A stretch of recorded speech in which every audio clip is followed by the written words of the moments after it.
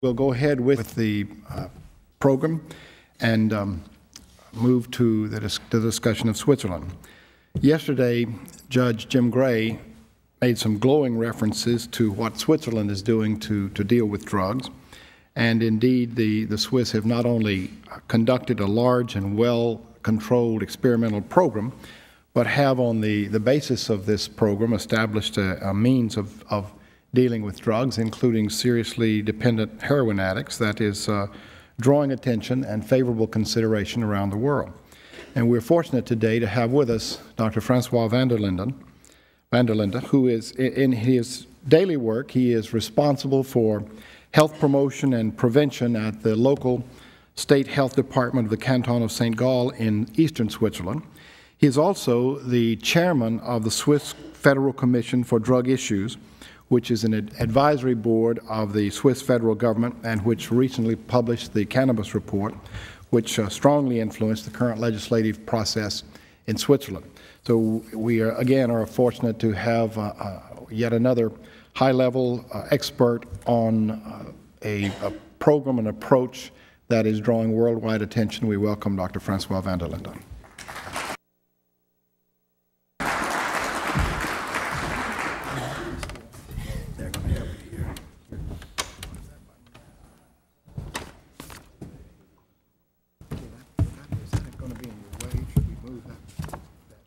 Yeah, if you can move it away, that's wonderful. Hold on a second.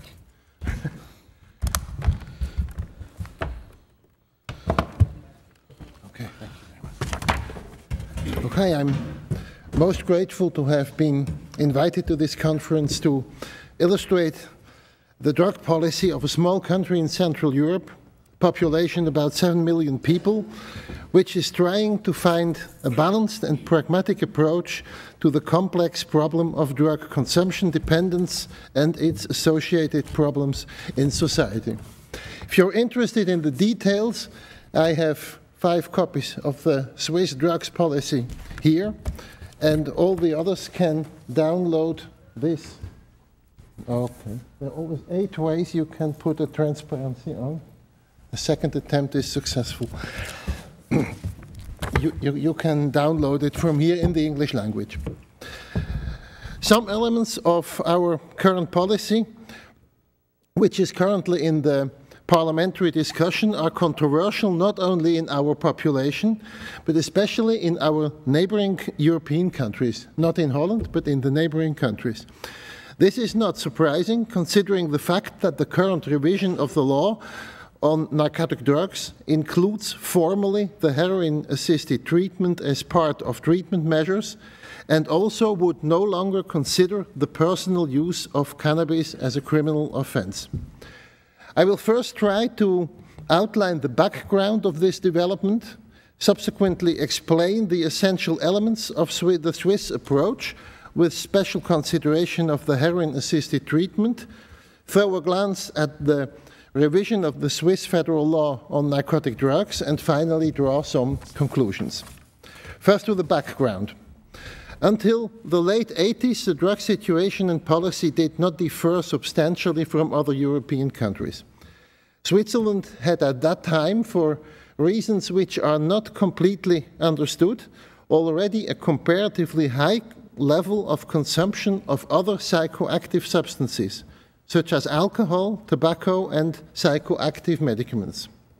Then the number of consumers of illegal drugs and heroin dependence began to increase dramatically. At the same time, the spread of the AIDS virus became relevant also for Europe, and particularly for Switzerland, which at that time had the highest rate of HIV infections in Europe, substantially higher than in the neighboring countries. Also for this, the reasons are not completely understood. The spread of the virus occurred to a considerable part through injecting drug users. The coincidence between these 2 elements was of essential importance in search of new approaches to the problem.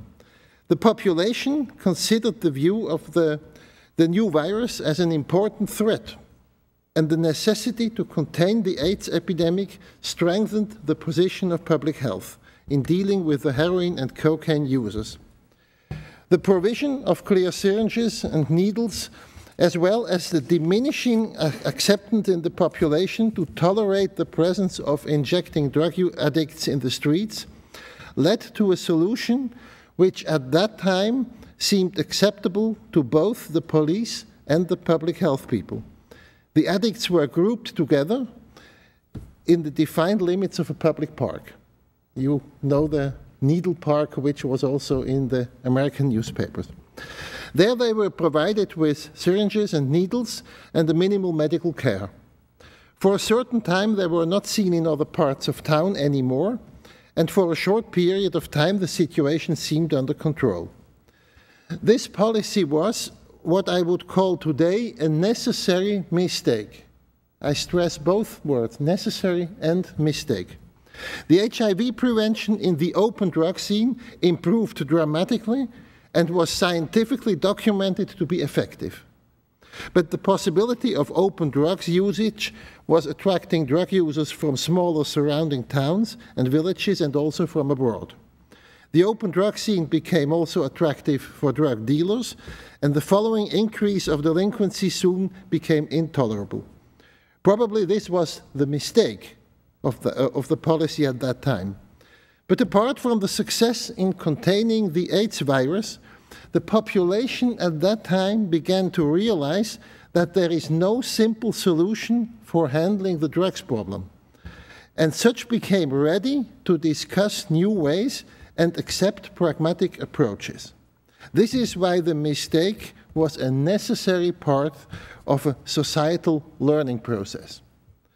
Representatives from police, public health, welfare work for the first time sat together with people from the municipal authorities and with the politicians. Realizing that the idea of achieving a drugs-free society was illusory, they opted for pragmatism and sought to develop a model to take into account the needs of all concerned. This process resulted finally in the fourfold model, also called the four pillars approach, which is today the increasingly accepted basis for drugs policy in Switzerland. Now, what is this fourfold approach? The fourfold model is a strategy for implementing the consensus on the objectives of the national drugs policy. Okay. The objectives are the following: to reduce the number of new consumers, to increase the number of individuals who succeed in giving up drug use, to reduce damage to the health of drug addicts and their marginalization in society, and to protect society from the effects of the drug problem and combat organized crime. On the strategic level, equilibrium is sought between the four pillars of this approach, and these four pillars are prevention, therapy, harm reduction, and law enforcement. Prevention does not focus on specific substances, but considers any use of psychoactive substances as a potential risk behavior. Accordingly, a distinction is made between use, abuse, and dependence. Prevention is integrated into the settings in which people live, family, school, workplace, community, and aims at strengthening the self-confidence of both adults and adolescents. In addition, it seeks contact with occasional users in the intention of preventing them from becoming regular users or dependents. The aims of therapy are to help drug users overcome their dependence, improve their physical and mental well-being, and assure their social reintegration. In the past decade, a wide range of residential and outpatient treatment options have become available, allowing a differentiated approach for each person seeking help. About half of the country's opiate addicts are receiving methadone treatment, and heroin-assisted therapy has been an official recognized option since 1999. The scientific research started before, but it's officially recognized since 1999. The immediate aim of harm reduction, we have heard that before today, is not abstinence. Rather, it enables individuals to survive the phase of drug use with as little harm as possible. It aims to prevent further deterioration in the addict's state of health and to stabilize their social integration. This has proven to be beneficial not only for the addicts, but also for the rest of society. The prescription of methadone can also be part of harm reduction measures. This pillar reduces, for instance, the transmission of infectious diseases such as AIDS and hepatitis. We have not talked about hepatitis, which is even at the moment the major threat in the drug scene because it spreads more easily, and makes savings in future social and health spending. Also, when the state of health and social integration are not declining, and often they are improving in these programs, experience has shown that drug users are more likely to set themselves the objective of returning to a drugs-free life. The immediate aims of law enforcement in the context of drugs are to curtail supply, eliminate illegal trade in narcotics, and the associated illegal financial transactions, and to beat organized crime. This approach focuses on drug dealing and the laundering of drugs money, and in 1998 the laws were introduced to deal with this. The emphasis on law enforcement activities therefore shifted from drug users to drug producers, traffickers, and dealers. Now a few remarks to heroin-assisted treatment. We don't like the word heroin maintenance. We talk about heroin-assisted treatment. Maybe it's the same, but for political reasons, we want to give the signal that this is a part of treatment. Despite the availability of a wide range of treatment programs, including methadone substitution, not all drug addicts with serious health and social problems could be motivated to enter treatment. A core group remained, which was characterized by numerous social and physical deficiencies. In an attempt to reach this group, heroin on prescription was launched in 1994 as part of a nationally based research project. Admission criteria were minimum age of 20 years, at least a 2-year duration of daily intravenous heroin consumption, a negative outcome of at least 2 previous treatments, and documented social and health deficits as a consequence of their heroin dependence. The treatment consisted of between 1 to 3 injections of heroin a day and medical, psychiatric, and social monitoring. After 3 years, the scientific results showed, among numerous other findings, that the program is able, to a greater extent than other treatments, to reach its designated target group. That the improvements in physical health proved to be stable over the whole period. That illicit heroin and cocaine use regressed rapidly and markedly, whereas benzodiazepine use decreased only slowly, and alcohol and cannabis consumption hardly declined at all. That the participants' housing situation and fitness for work improved considerably. That the income from illegal and semi-illegal activities decreased dramatically to 10%, as opposed to 69% originally, and that both the number of offenders and the number of criminal offenses decreased by about 60% during the first 6 months of treatment. Even a highly critical report by the World Health Organization concluded that a heroin-based treatment as practiced in Switzerland is feasible. It points to the improvement in the state of the patient's health and social reintegration, as well to a decline in levels of criminality and illegal consumption of heroin. With the conclusion that heroin-assisted treatment can be recommended for the mentioned target group, provided that it is administered in suitably equipped and supervised outpatient clinics, the programs were established with a provisional legal basis and which will be consolidated in the context of the current revision of the Swiss federal law on narcotic drugs. You see here that the, well, that's too big. Okay. Where are, you see that only 4% at the moment are in these kind of programs. And this number, we have at present about 1,000 treatment slots available in 21 outpatient clinics. Thus presently only about 4% of the drug addicts are in a program of heroin-assisted treatment. The experience of the last couple of years points out that this number seems to satisfy the demand for this kind of treatment. You can see here where these treatment centers are located.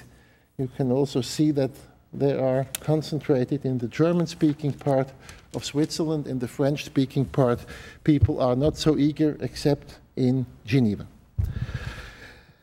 I come to the revision of the Swiss federal law on narcotic drugs. The present law on narcotic drugs and psychotropic substances dates from 1951 with a revision in 1975. It is widely felt in Switzerland that the current developments in the attitudes of the population towards the drug problem call for a revision in some important aspects. Especially the mentioned fourfold approach in the national strategy and the heroin-assisted treatment need a formal legal basis.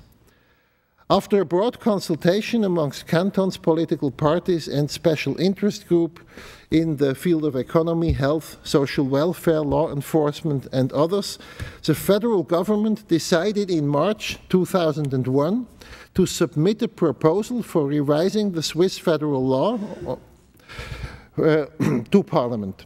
In order to consolidate the objectives of the fourfold approach, which has been developed and successfully implemented over the last 10 years, the 4 key elements, prevention, therapy, harm reduction, law enforcement, are explicitly mentioned in the bill.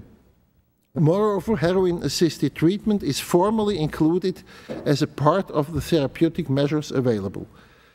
Furthermore, special provisions to protect young people from drug dependence are introduced, and the coordinating role of the federal administration in implementing the national strategy is strengthened.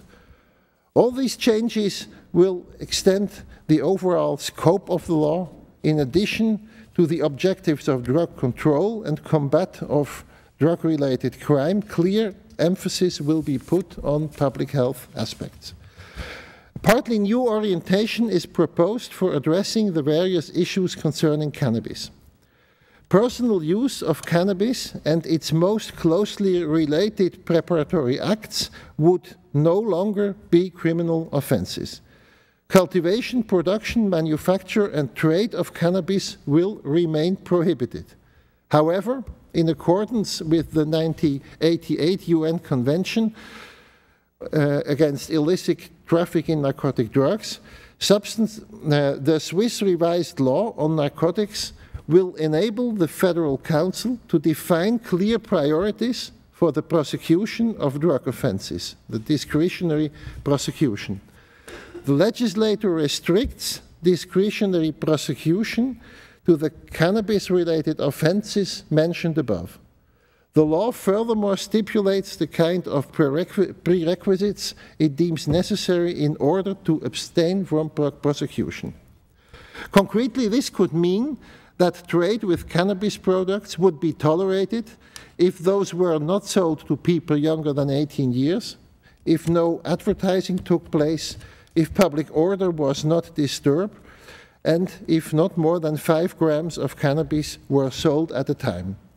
Cultivation would be tolerated if intended for the local market only. The Council of State, the Senate, according to this country, has completed its deliberations on the proposal in December last year by accepting the proposal of the national government. The National Council will probably decide in fall of this year. Should at least 50,000 voters in Switzerland not approve of the final decision of Parliament, they can ask for a national referendum, which would be voted upon probably towards the end of 2003. Whatever the result of this vote will be, we will certainly have a vote because the right wing of the political parties are against this proposal.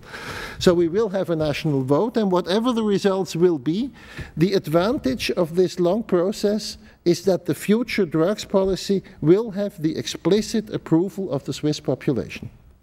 I come to the conclusions.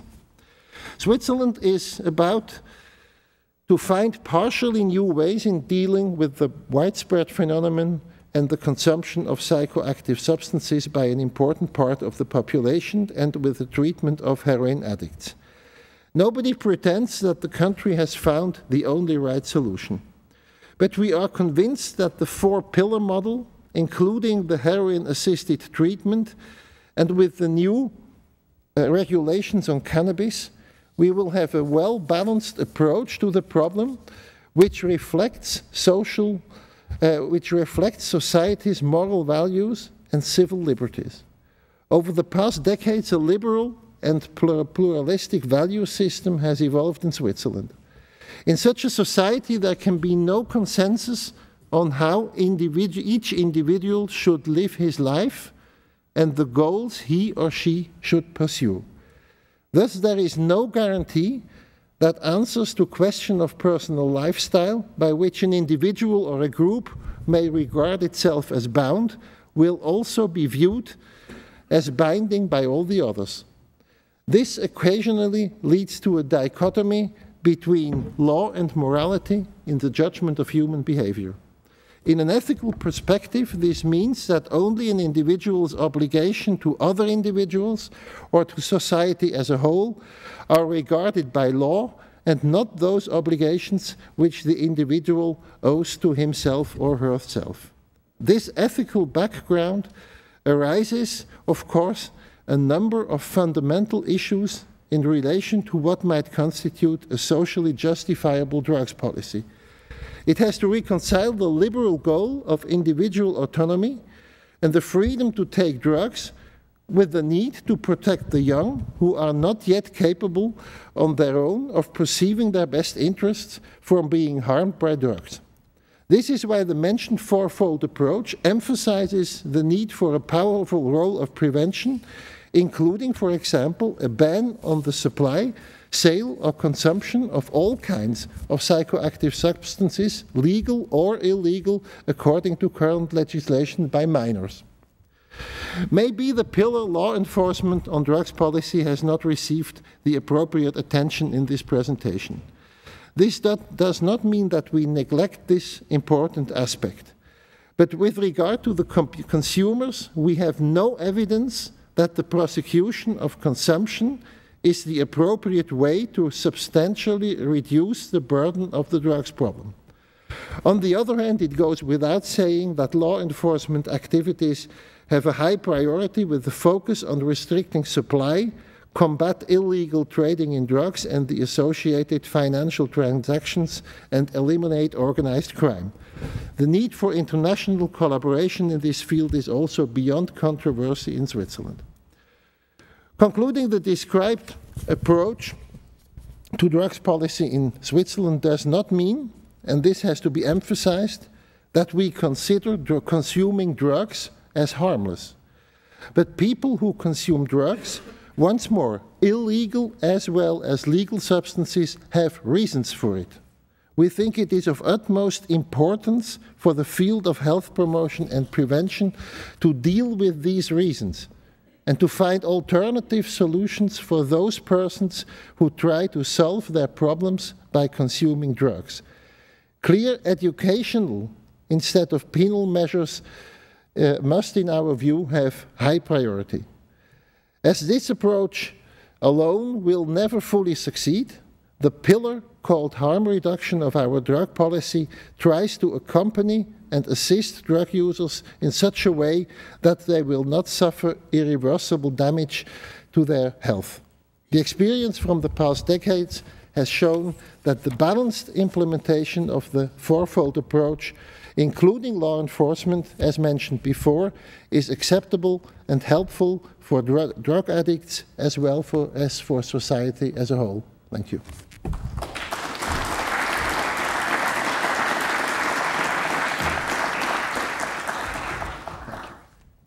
Thank you, Dr. van der Linde. I think I'm happy to report that Peter Cohen is back among us. He has had an EKG, I'm told, and came through that just fine. And he would like to go ahead and to present his program. He's asked if he might be sitting down for it. I think we'll save questions since we're a little tight here now. We will save questions for Dr. van der Linde. We will have a session this afternoon, which there'll be an extended period for questions. So we will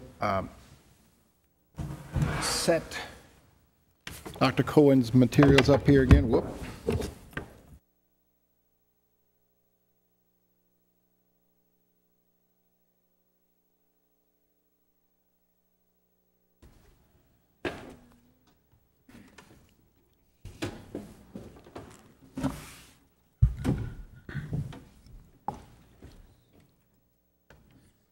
Be a hero now, too. No, no. Okay.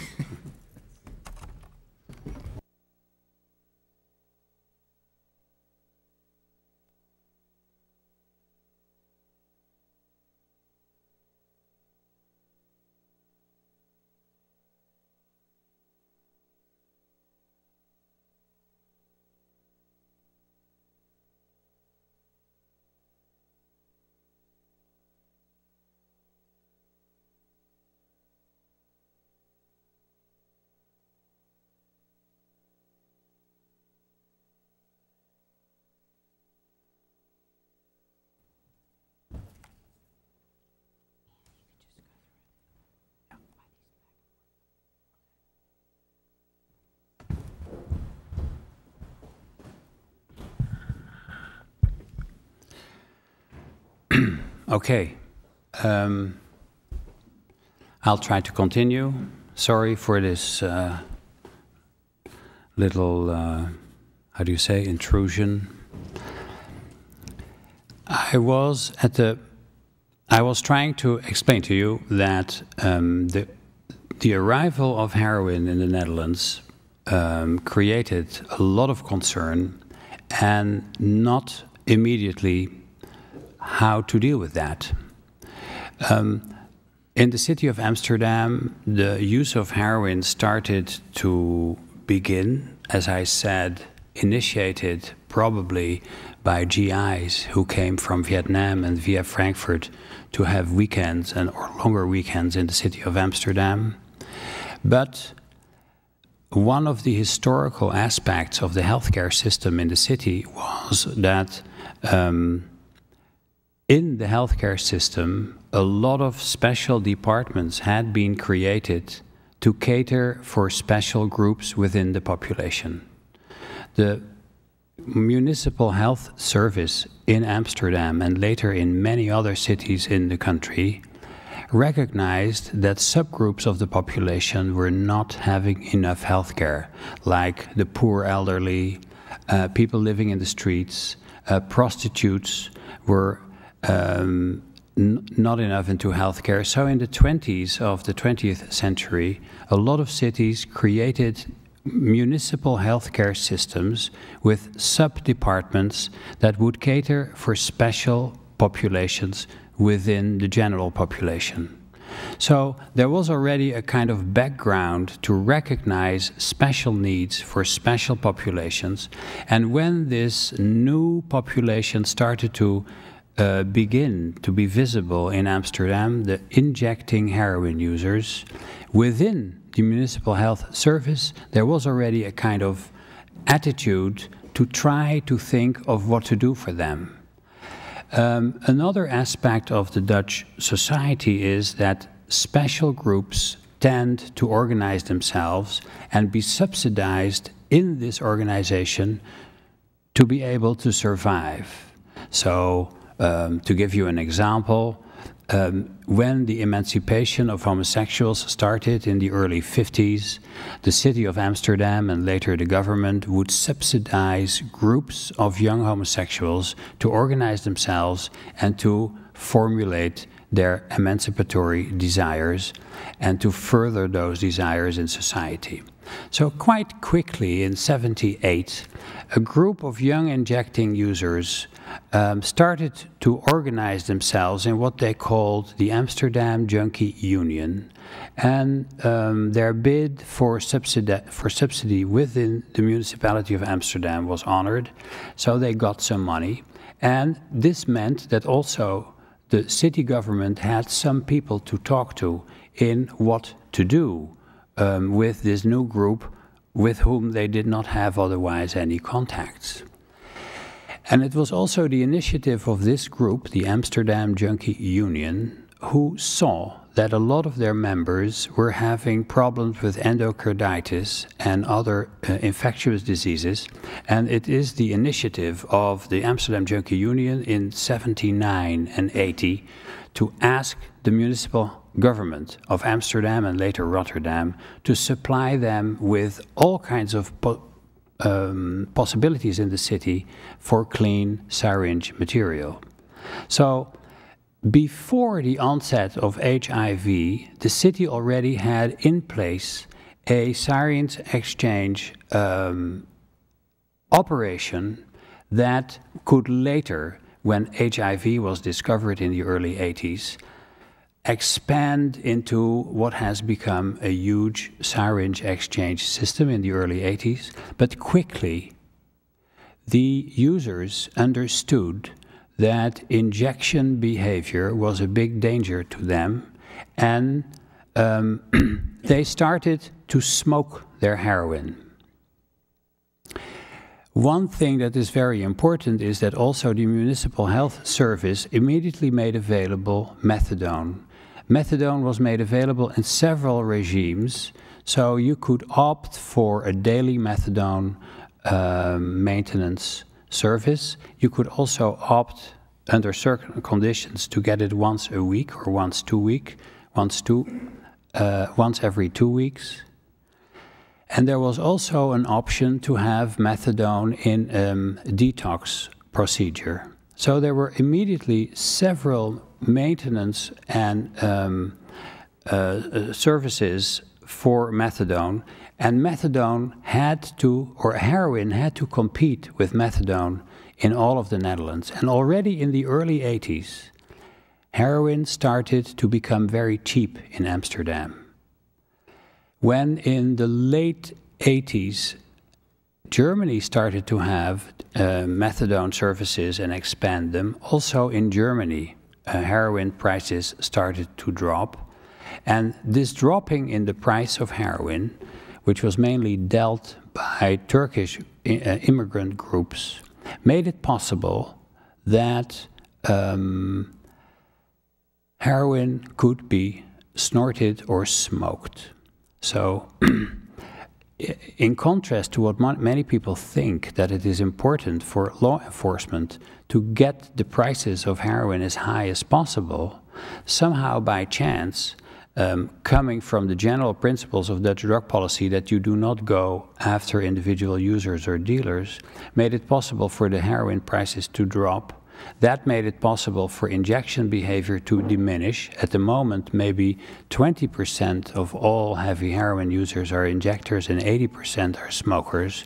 And smoking behavior has been made possible by the low price of heroin.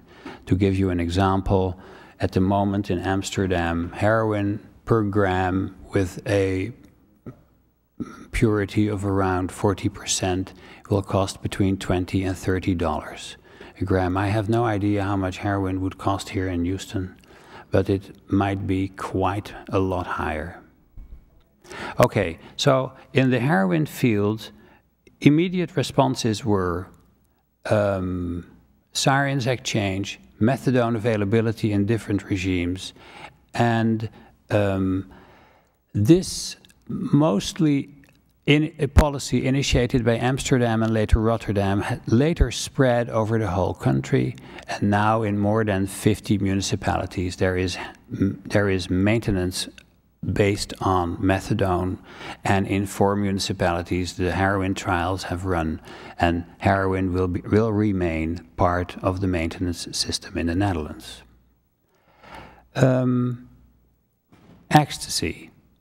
Ecstasy started to be fashionable in the mid-80s, and it was a quite limited subcultural phenomenon, but immediately it was recognized that the quality of ecstasy was an important variable in the risks that people could have. In the beginning of the fashionability of ecstasy, there were some heroin-related death, some ecstasy-related death that, or related to too high temperatures that people would get in discos and in raves, or allergic reactions. So already in the late 80s, the government had made a kind of book for municipalities in which they laid out the groundwork for rules around managing ecstasy use. So the discos had to have free water available. The discos were they would get only a license to continue their operations if they would have chill-out possibilities. The very large discos were ordered to have local first aid possibilities where people who would have problems, just like I had them just now, would be helped immediately and would be diagnosed so that serious cases could be immediately relayed to the hospital. And all this kind of policies, which are directed towards mitigating the risks and harms of the drug and not so much at lowering its prevalence, have had reasonably good results. It is impossible to prevent ecstasy death totally because people often do not know that they have an allergic reaction. But I think that the total amount of ecstasy-related death in the Netherlands, with a prevalence of a few % of the population using ecstasy, is no more than 30. I would like to conclude my remarks by trying to show to you that drug policy systems do not really influence the level of drug use in the population. I would like to illustrate that with cannabis. Now let me go to...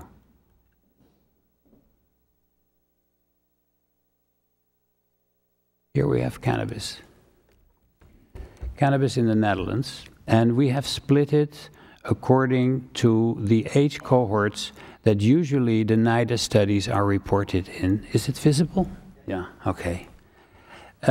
You can see that in 1997, which is the first national survey ever done in the Netherlands with a sample of around 22,000 people, you can see that in a country where cannabis has been decriminalized for the last 30 years, use level, lifetime use level is slightly less than half the lifetime use level in the United States. So many young generations being educated in a culture that decriminalized and normalized access to cannabis and making it available through now about 800 shops divided over the country does not cause a higher level of cannabis use than you have in the United States. Apparently, the variables that determine the use of a substance in a population are far more complicated than availability alone. Now here we have last month prevalence of cannabis, you can see that in the age cohort 18 to 25, even last month use in the US with no shops anywhere that sell this enormous variety of qualities and strength of cannabis that you have in the Netherlands, US level is about twice as high as in the Netherlands. So this is just to underscore that availability does not explain this. Now let me go to a few others. Here we have tobacco.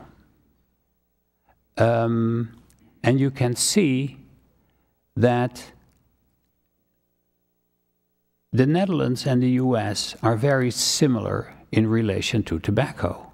So different as they are in relation to cannabis, so similar they are in relation to tobacco. But when we look to alcohol, there is a big difference. Here is last month prevalence of alcohol. And you can see that the Dutch youngsters from 12 to 17 and 18 to 25 have a significantly higher use level than their American counterparts. As you remember, with cannabis, it was the other way around. Now, cocaine, lifetime use of cocaine. In spite of a policy in which individual cocaine use is not criminalized, and people are simply not arrested ever for individual cocaine use or small-time cocaine dealing, use levels in the US are quite a lot higher, although it is for all ages in the US just over 10%. But in the Netherlands it was just over 2, and in the newest data, 2001, which we will publish in a month, it is 1% higher. What I wanted to show you also is some continuation rates. Here you see that continuation rate of alcohol is higher in the Netherlands than in the USA. I don't know if you are all familiar with the concept of continuation rate. The continuation rate is the proportion of lifetime users of a drug that also use during the last month. You can also have continuation rate for use during the last year, but we won't look at that. Here is age of onset. You can see that the two countries are very similar with age of onset on tobacco, and here very similar with age of onset of alcohol, although the Netherlands does not have a legal drinking age. So youngsters cannot buy alcohol until they're 16, but they are not prosecuted nor arrested for drinking alcohol. There has never been any legislation in relation to drinking age, and you can see that in spite of those differences in legislation, the average age of onset of alcohol use between the two countries is almost the same. So this could make you think of the use of the usefulness of all that legislation that makes drinking at a particular age unlawful. Here we have average age of onset of cannabis. For all ages, you see that the difference is very small. For the age group 26 to 34, the difference is a little bit bigger, but these differences are not really important. So the vast difference in policy that exists between the United States and the Netherlands in relation to cannabis does not at all have impact on average age of onset. So, to conclude, it might very well be that the heavy emphasis that America places on drug policy and the enforcement on drug policy may be more an expression of particular values or a tool for politicians to show their values than that it is a real influential factor in variables that we can measure around drug use.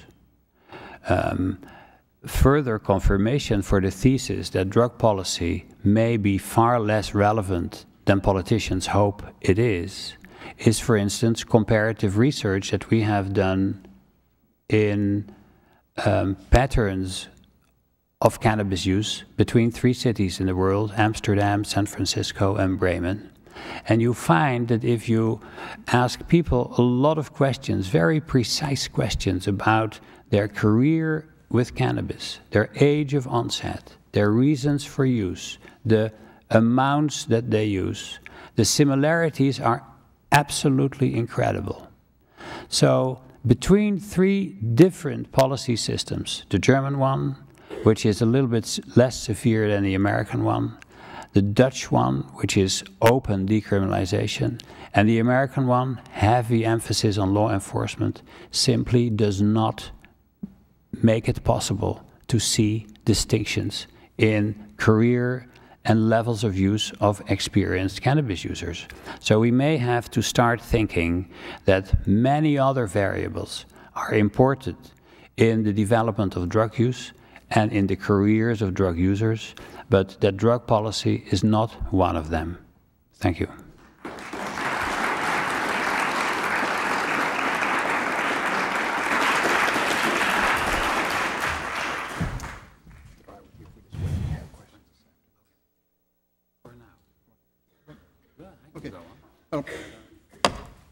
Say we are going to have a question this afternoon. I think we can take about 5 minutes if any of you have questions you'd like to ask of Dr. Cohen right now. First of all, Peter, I'm glad you're feeling better. Is there a movement in the Netherlands now to decriminalize larger scale transactions of cannabis or these other drugs, to take the crime and the misery out of those as well, or not? Yeah, there has been a request by about 60 mayors of bigger and medium-sized municipalities to allow experiments in the coffee shops being provided with also decriminalized wholesale operations. As you know, the Swiss are much further than we are. The Swiss are now busy trying to develop a system of decriminalization or legalization of not only distribution, but also production, trafficking, and transport. And the Dutch up till now have not ventured into legalizing or even decriminalizing wholesale operations to feed into the already decriminalized distribution system. But these mayors want this to happen, and the present the sitting government has said no, but it looks as if the next government is going to start initiatives into that direction. Deborah? I got your basic point, which is that drug policy doesn't necessarily have an impact on people's decisions to use drugs or how long they continue using them. But do you think it has an impact on their choices about methods of administration, frequency of use, and that type of thing, which we know has some health consequences? Yeah, I mean, in spite of the lack of systematic research into this, it is quite plausible that the very low price of heroin, which exists already in the Netherlands since the early 80s, has had very important impact on routes of administration. Together with the threat of HIV, endocarditis, and hepatitis C, people have been able to take the decision to simply smoke it. And then they found out that smoking heroin gives even a faster effect than mainlining it. So over the last 20 years, mainlining has become very unfashionable and smoking more fashionable, although I should not forget to add that less than 0.5% of the Dutch population and less than 2% of the big city populations have ever tried heroin. Yeah, Howard Wilders from Fort Worth. One hears a criticism in Holland that your policies encourage use and that your drug use rates have gone up because of the liberal policies on marijuana. Can you speak to the percentages, or excuse me, the ages especially of the average heroin user, perhaps versus the United States? Is it causing more people to use it or not? Heroin, you meant to say heroin at the end, right? I'm sorry, yeah, heroin. That's the concept of the gateway theory still Right. holds sometimes in the United States, that because of your liberal marijuana policies, more people are using heroin. Could you speak to that, please? Yeah, for the Netherlands, we have no indications that the decriminalization of cannabis has caused any increase in the use of heroin that would have otherwise existed. If you look at levels of heroin use in as far as you can measure them with population surveys, they are almost all the same all over Europe. The average age of heroin users that come into contact with treatment organizations is steadily rising and is now already over 40. And the government is thinking of making special old age homes for the elderly heroin users who never stopped using heroin, and to make special locations for them because they very difficultly mix with other elderly. Okay, one more quick question. My name is Dean Becker. I wanted to just kind of point out that a couple of years ago, the Institute of Medicine here in the U.S. Spoke not so glowingly of cannabis, but they did say there are specific uses appropriate to medical conditions, and they denigrated the use of it in a smoked fashion. And I understand you spoke a while ago of the number of various types of cannabis, various grades, and useful for various purposes, and through use of specific cannabis products, that amount of smoke can be so minimal that it's hardly measurable. And I wondered if you might comment on that. Yeah, apparently for medical use of marijuana, 1 or 2 puffs of a high-grade variety would suffice.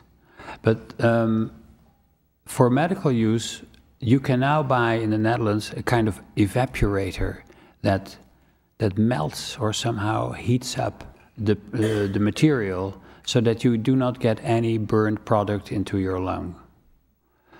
Medical marijuana is not a big issue in the Netherlands, by the way. Well, I'm sorry, we're going to break for lunch now. We hope you'll be back this afternoon and ask your questions. Let me, we will continue the international theme this afternoon. Immediately after lunch, we will hear about things in Latin America and Bolivia and Colombia particularly. And then Mayor Brown will offer his reflections. He was able to come at 2 o'clock only, so he's going to offer his reflections then. And then after that, Arnie Drucker will return to the issue that's been raised today about the connection between terrorism and drugs. And then later, at the end of the program today, Ethan Nadelman will talk to us about what happens after the war on drugs. What are the prospects for the future? And I certainly urge you to be present for that. We will reconvene here at 1 o'clock, not 1:15 as yesterday. Let me mention to you once again that over here in the Student Center there is a cafeteria and a sandwich shop. And there's also, if you want to go into the Rice Village, there is a list of good restaurants there that you can find, and we'll hope to see you back here at 1 o'clock. Thank all of you again for wonderful presentations this morning. Look forward to being back this afternoon.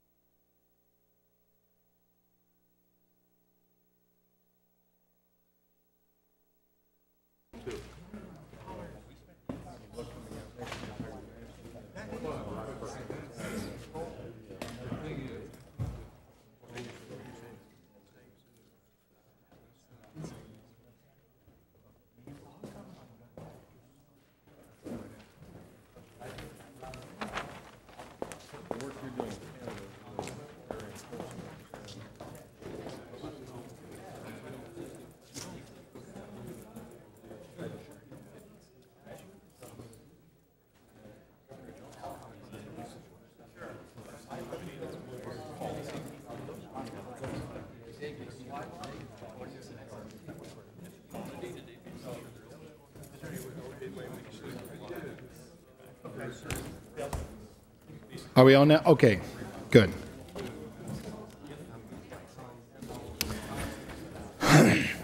Let's go ahead and try to get started. If there are people in the back there, if you could see if they come in. We have to be on a tight schedule here because the mayor is coming in and has he's coming and going pretty quickly, and so we need to be ready for him when he comes at 2 o'clock.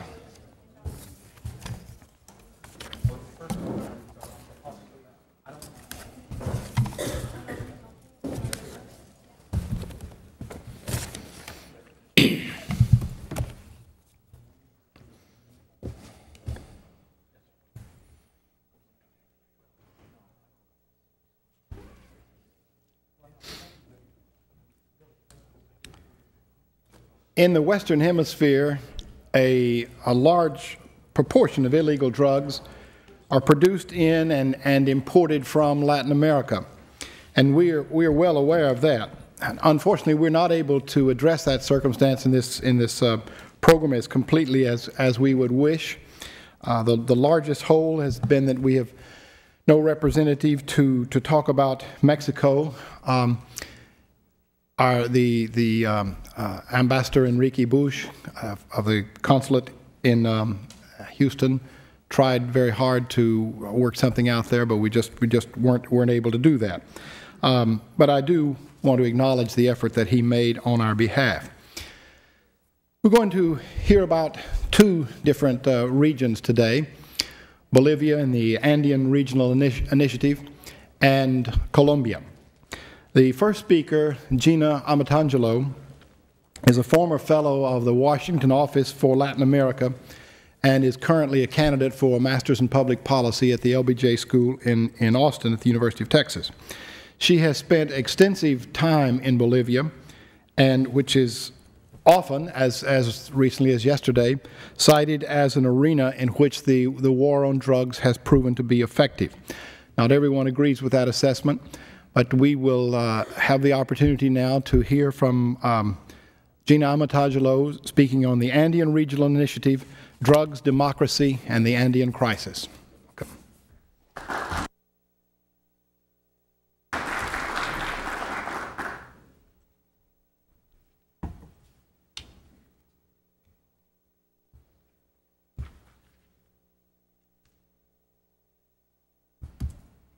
You have to forgive me, I'm a recovering overhead projector user, and I'm not able to get this PowerPoint to show right now.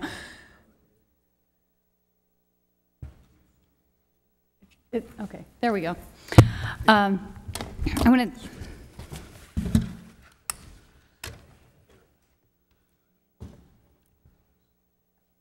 Here you go. Okay, thank you very much. I want to thank Dr. Martin and the Baker Institute for convening this conference on such an important subject.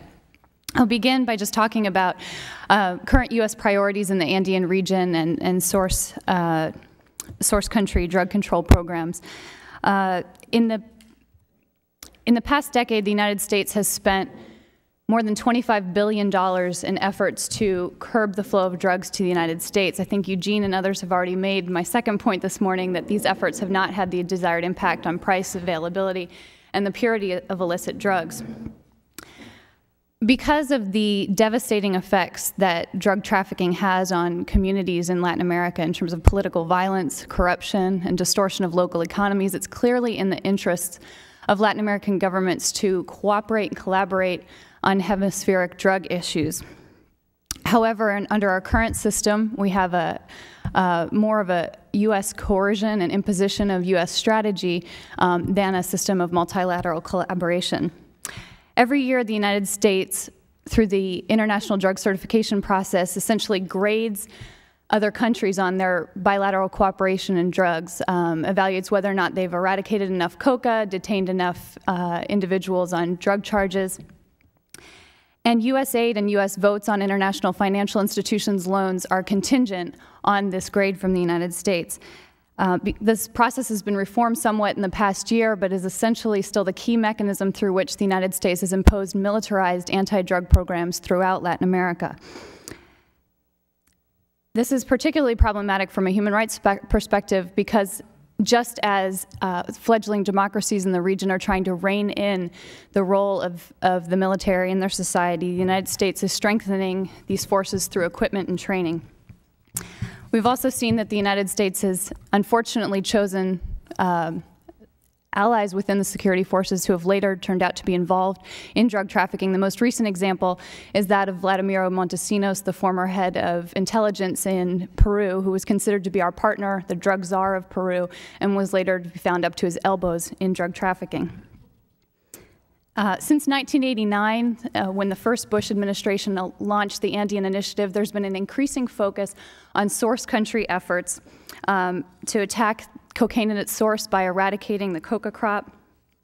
And what we've seen that over the last decade, this has really resulted in minor reductions, about a 16% reduction in coca cultivation in the Andes region, but it's resulted in major shifts in coca cultivation. What you can see here is that from 1997 through 2000, there were significant reductions, the most dramatic in Bolivia. But at the same time, we saw an increase of coca cultivation in Colombia of about 150%. They attribute these shifts to a few factors. One was the success of U.S. interdiction programs, an aerial interdiction program between Peru and Colombia that gained attention earlier this year when a U.S. missionary was shot down. There were also changes within the drug trafficking organizations in Colombia with the shutdown of the Medellin and Cali cartels. There were vertical integration of drug trafficking organizations in Colombia that led to this expansion in coca cultivation. And I'll go into more detail about how the success occurred in Bolivia in just a minute.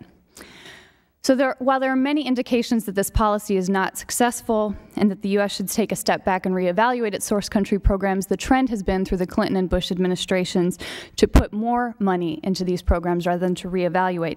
In 2000, the Clinton administration approved a $1.3 billion emergency package, the bulk of which was to support Plan Colombia, a strategy developed by the Colombian government to reduce drug trafficking, to promote peace, and strengthen Colombian government institutions. The centerpiece of U.S. assistance for this plan was the creation of three counter-narcotics battalions of the Colombian military in southern Colombia, whose mission was to secure the region for coca eradication.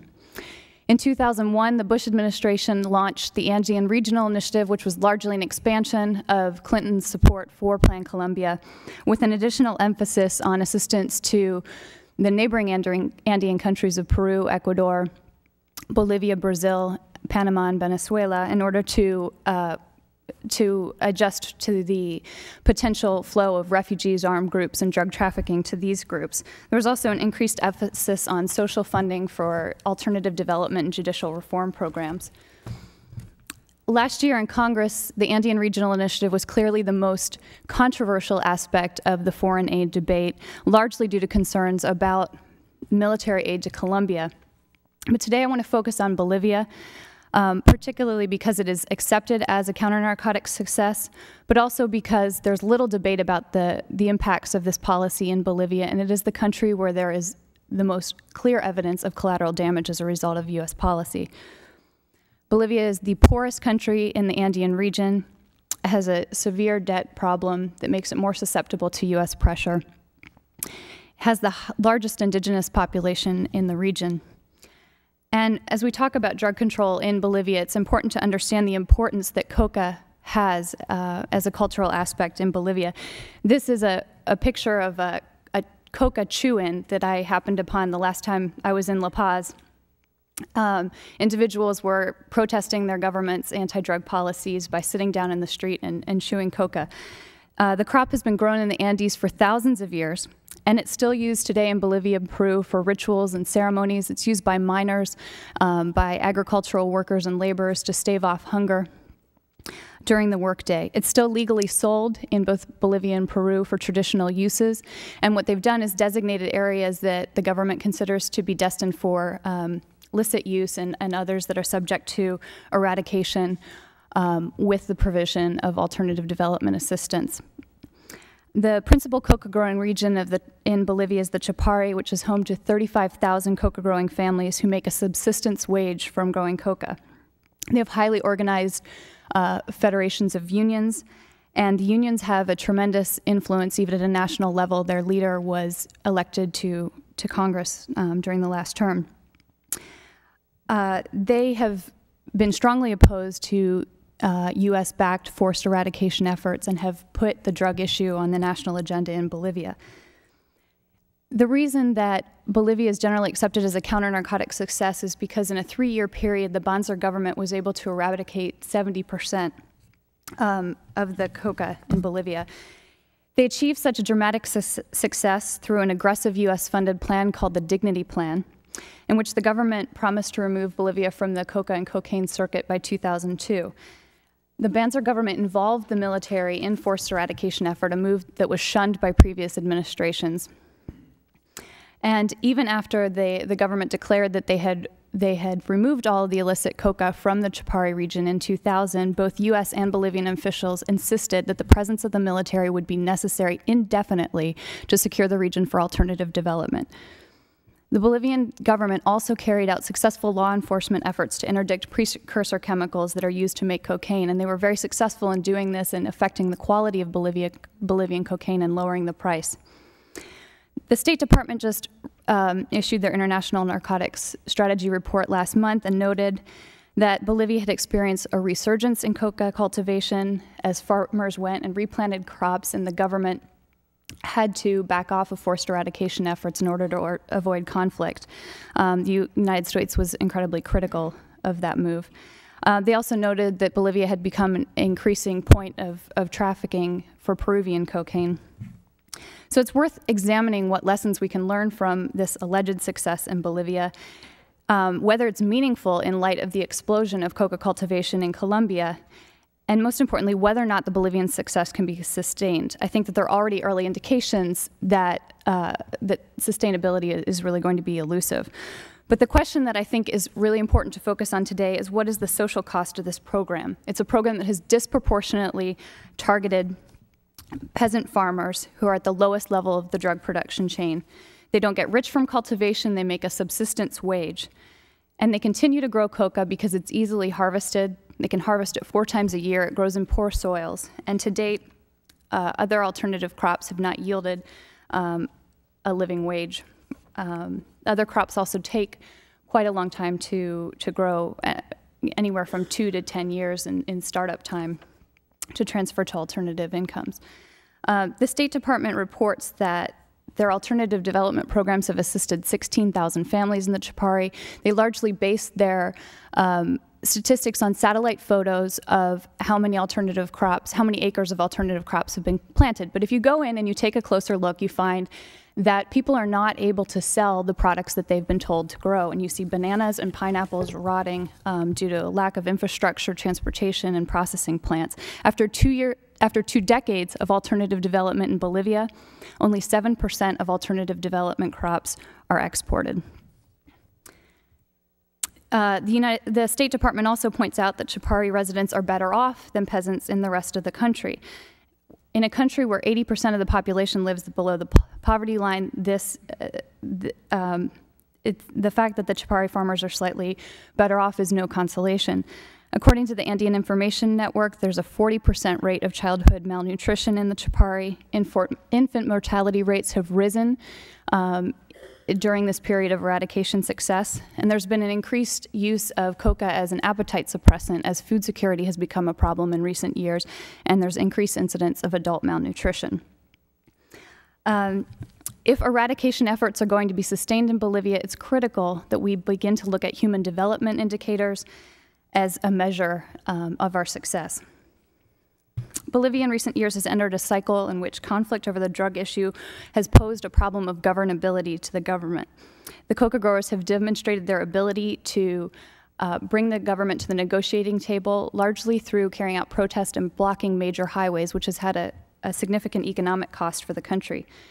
And the Bolivian government is frequently caught in a position between negotiating with the coca growers in order to reestablish the peace and answering to the demands of the U.S. government, who insists that they not divert from the current strategy. It's worth noting that the Bolivian economy, they estimate that it lost about $700 million when, due to loss in illicit income from the cocaine trade. One of the key issues in the conflict has been the presence of the military and the ongoing militarization of the Chapari region. Current estimates suggest that there are 4,000 soldiers in the region at any given time.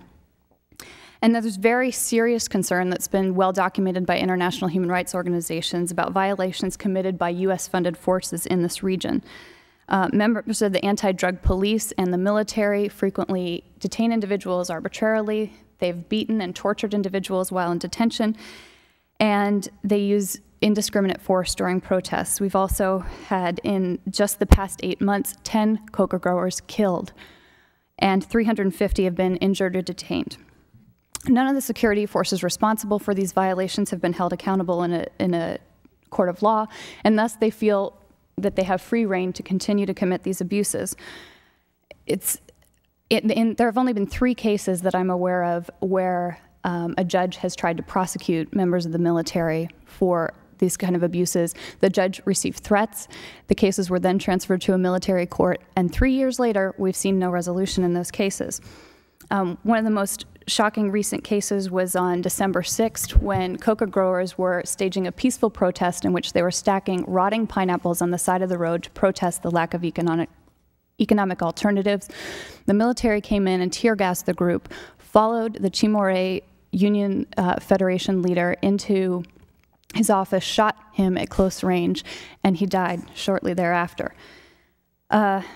Despite the fact that there was eyewitness testimony and videotape footage and that the individual responsible was identified, he has not been prosecuted, and the United States government has not cut off funding to that unit of the security forces. According to U.S. law, the United States must suspend funding for units of security forces that have been implicated in such violations when the individual responsible is not held accountable.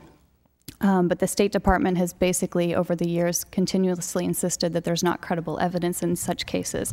And they're sending a message that as long as you keep up the pace of eradication, we'll turn the other way to a few human rights violations. I think the sad net result of all of this has been, in response to the increased militarization, the growing sense that the government is not going to uphold any commitments that it's made, and the lack of economic alternatives. The response from the coca growers has been increasingly militant. We've seen increasing acts of retaliation. In 2004, security force officers were killed, and the rhetoric of the union leaders themselves has become increasingly violent.